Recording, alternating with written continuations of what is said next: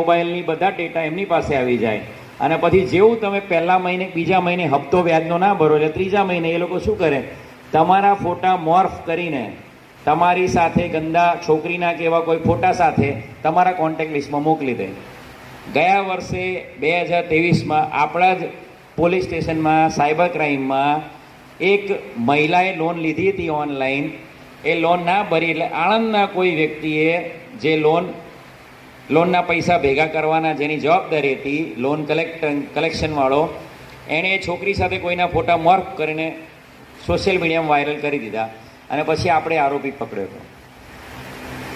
એટલે આ એક ઓનલાઈન લોન લેવાની જે છે ને પ્રવૃત્તિ ને વૃત્તિ લોકોની,